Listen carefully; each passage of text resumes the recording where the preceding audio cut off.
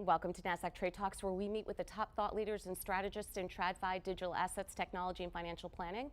I'm your host, Jill Malandrino, and joining me on the desk at the Nasdaq market site is Thomas Jewell, CEO of Inpay, Carey Kolaja, CEO of Versapay, and Ronen Cohen, Vice President of Strategy at Duality. We're here to discuss AI's role in data security and data privacy and the AI regulatory environment. It is great to have everyone with us covering my favorite subject on Trade Talks. Let's go around the horn quickly, Thomas. We'll start with you. Explain to us where Inpay fits within the data privacy and AI ecosystem.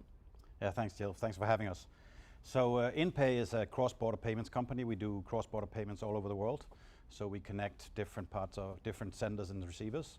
We try to do that safe, fast, and secure, which I think is part of what we are here to talk about today.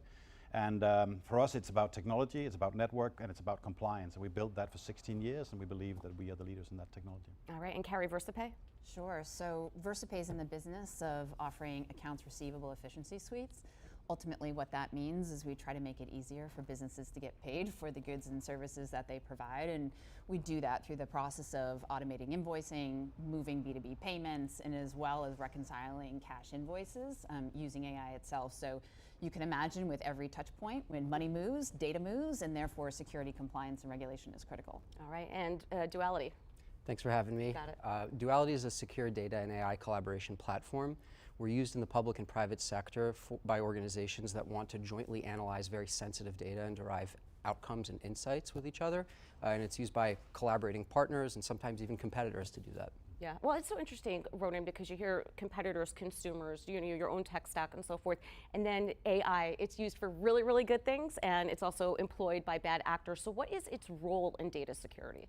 It plays a huge role, and data security plays a huge role in AI as an enabler to AI. You know, privacy and security are really the main blockers in terms of leveraging data. I think what you'll see is that AI application providers, the way that they're going to have to differentiate themselves is how they can access sensitive data to make their models better, to work more closely with their customers. The big challenges there are security and privacy.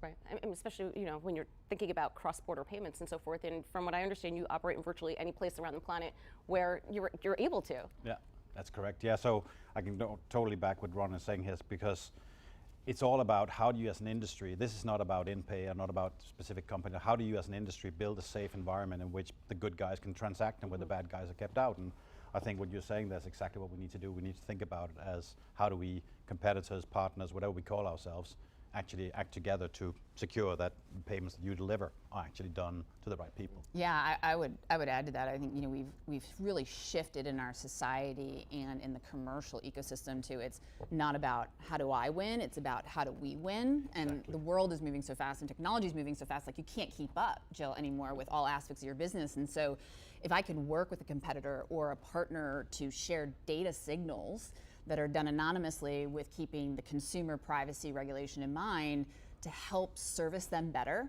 and to help protect against bad behaviors and nefarious activities, like I think that's something we would all want to opt into. But finding those right platforms are difficult to do. And that's essentially what Duality does. You sit at the middle of the data custodians, the compliance teams, and then being able to build these applications leveraging AI. Exactly, absolutely. And there's a dilemma and there's always a trade-off because it's a we versus me, like Carey and Thomas brought up. But at the same time, you still have to protect yourself. You have your IP, you have your sensitive data, you have your proprietary data. How can you balance that?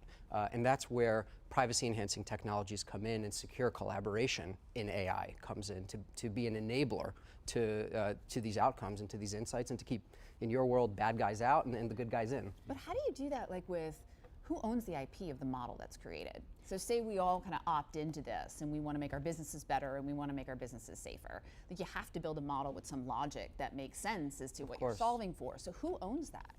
It depends on the situation, of course, but the way that we address it is there's a suite of privacy technologies, there's the analytics, but then there's the technically enforced governance. And so in any given collaboration, the different parties come together and they say, this is the outcome we want, this is how we want it, and then technically enforcing it is really the rub here, right? Because otherwise, how are you really protecting yourself? Right.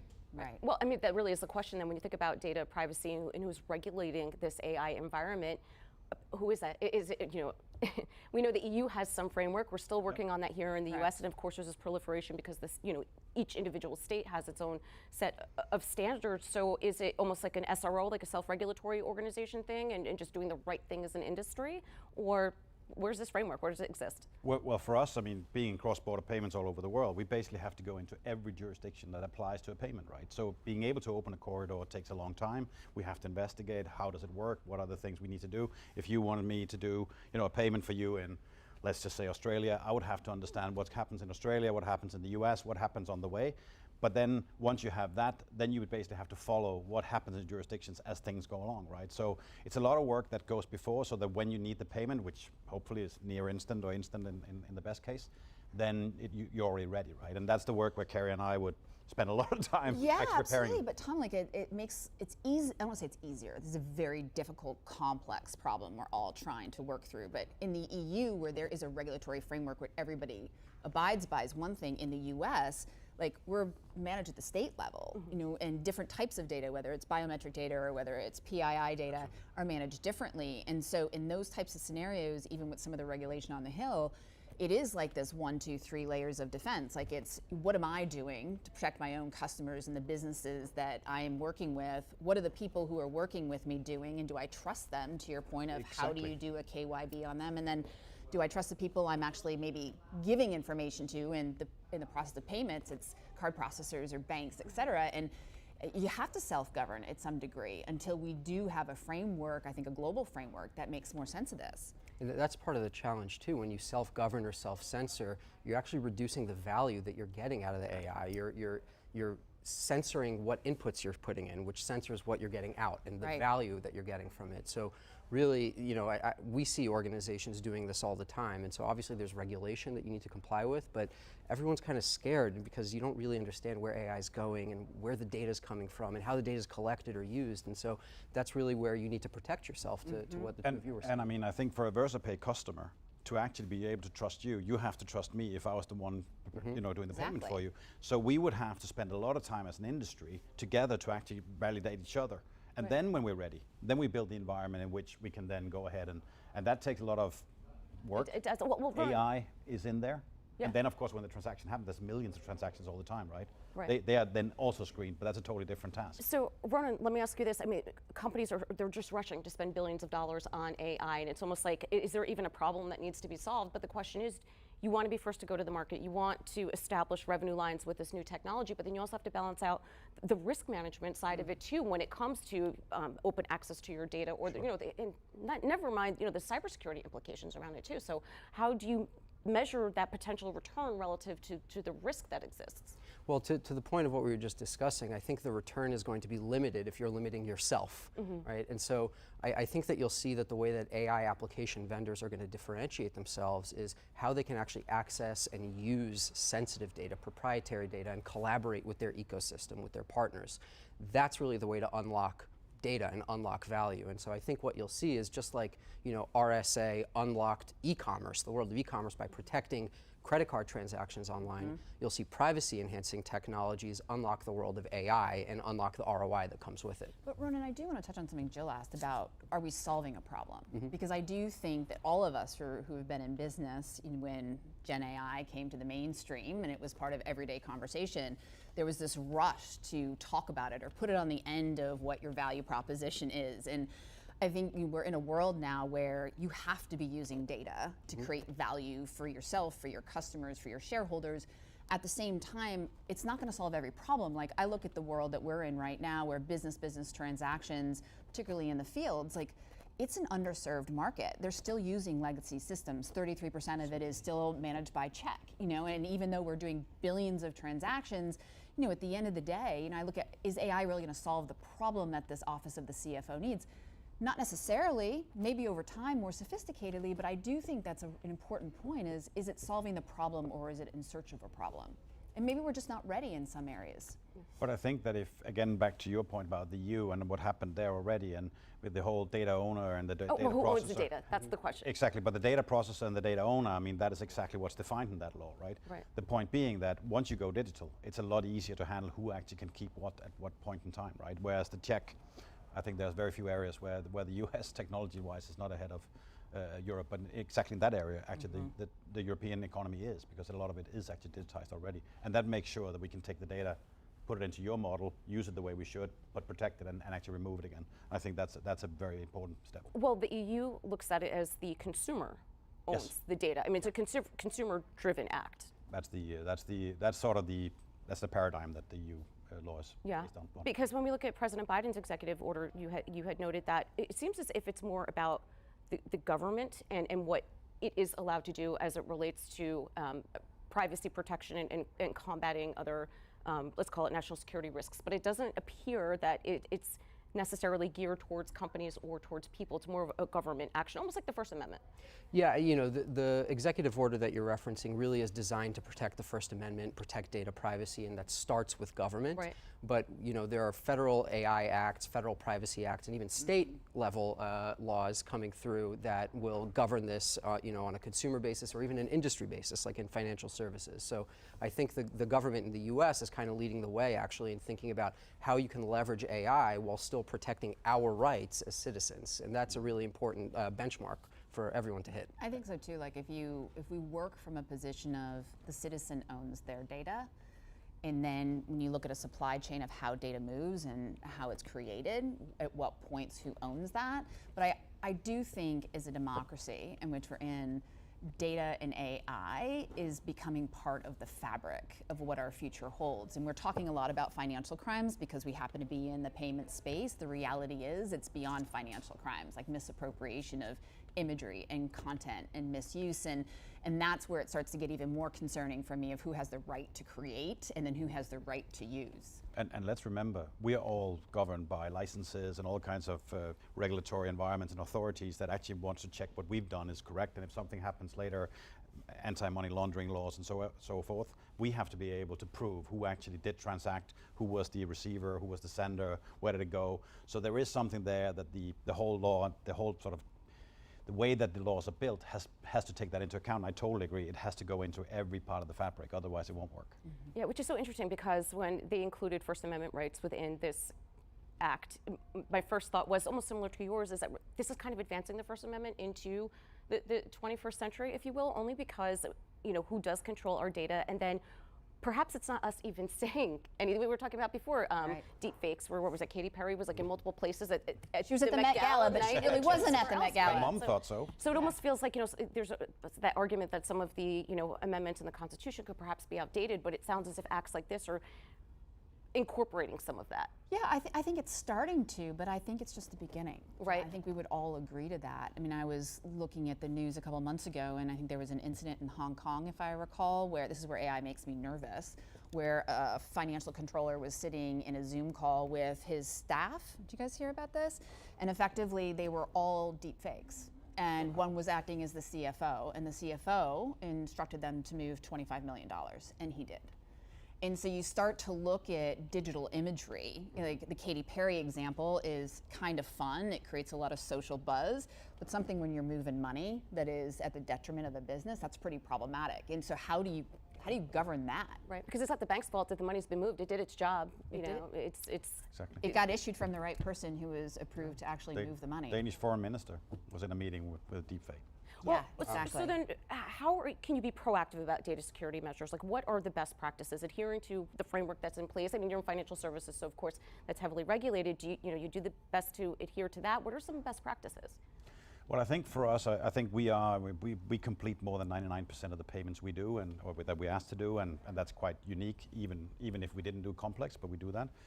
I think the first thing you do is you build an environment that's actually safe to be in. And again, Carey and I would spend a lot of time before we actually started transacting, checking each other, making sure that networks that we put together. So it could take months before you partner. It could take months. It could take months. But once we're there, we know that we actually have the right, guardrails around what we're doing. We know that we're in the right environments, and then we start looking at transacting. Then what we do is we look at every transaction, we screen them. There's all kinds of regulation and stuff that we can do. We partner with companies like yourselves that can actually help us do that screening on the go. And then, as of course, afterwards, we also then look at monitoring what actually happened, who did this over 24 hours, who did what kind of thing. So we always track and try to find out what's going on. But it's also always about tracking the data and trying to break in. Well, I mean, it feels like, Ronen, it's always going to be a game of playing chess. You're just always going to have to be thinking, a step ahead and trying to stay ahead of the technology. Yeah, that you always have to do that, and that's why having a posture where you're protecting your data and still able to use it, and starting with that as the starting point, right? How do I get to this data, but how do I use it in a way that keeps it secure, keeps it private, and obviously keeps it compliant? That's really where you need to start, right? Especially when the data is sensitive, like in the world of fraud or healthcare and life sciences or national security, like you mentioned. Carey, you pointed out something interesting in your notes here, that if we move forward with trust, inclusivity, secure identity ecosystems, that can really protect and promote economic growth. What do you mean by that? I think data is the core at how we can make different decisions in order to help people get the goods, the services, the assets they need. Like you were talking about moving money into Myanmar. Look at some of the tornadoes that are happening here in the US, that if we actually understand who somebody is, how they were impacted and what they were entitled to, and we can do that through data, and data that's harmonized, Jill, not data that is effectively sitting in all these different repositories, we can help create a better society. I think we can enable businesses to be more successful. We can enable citizens in order to live the lives that they want to live. Take like unemployment insurance, for example. Like when COVID happened, there was hundreds of billions of dollars that were probably misappropriated and misused because businesses and individuals pretended they were somebody they were not, or they were impacted somebody or not. Think about that money went into other aspects of our society and the problems that we have to solve. And so that's where I think like trust, transparency, using information in the right ways, protecting it against the bad actors can actually spur economic growth. That's a great example that Thomas, you moved money to Myanmar via the Red Cross in a day. Yeah. How long would that have taken if these tools were not in place? Weeks. Yeah. Weeks. And you don't have that kind of time when you're dealing with a humanitarian disaster. That's what you have to deal with until these things are in place, right? And if you think about the world, if you think about anything outside the societies that we're used to being part of, where financial infrastructure works and so on, the possibilities are immense, right? I mean, you can include parts of the world that before did not have financial infrastructure. You can take people who actually have the right to thrive, to get on with it, to do their business and get on along with their lives. That's what we have in Does our it ensure it gets into the right hands? I was just going to say relative that, like to moving when it used to take 3 weeks. Moving it could take seconds. Does it get into the right people? That may take longer. That is where I think, again, coming back to what a society and what sort of an ecosystem is, because what we do is we partner up with people that we can screen. We know how to get them there. We can get the money into Myanmar. We cannot control what happens inside Myanmar, of course. Right. But by screening the partners that we choose, by screening the corridors we use, that takes not months, it takes actually, well, months, but 6, 7, 8 months if it's difficult. But once we have them, we know exactly where we put them. How they then disperse from there, of course, is out of our hands. But that's how the ecosystem has to work for us. But we can put the money into a country, in near real time. Yeah, I mean, it really is quite fascinating. I mean, if you think about it on a timeline scale, just how quickly this has evolved. Right. Absolutely, and I want to go back to a point that Carey made in terms of the use of data and helping people, whether they're in Myanmar or in Nebraska with the tornadoes.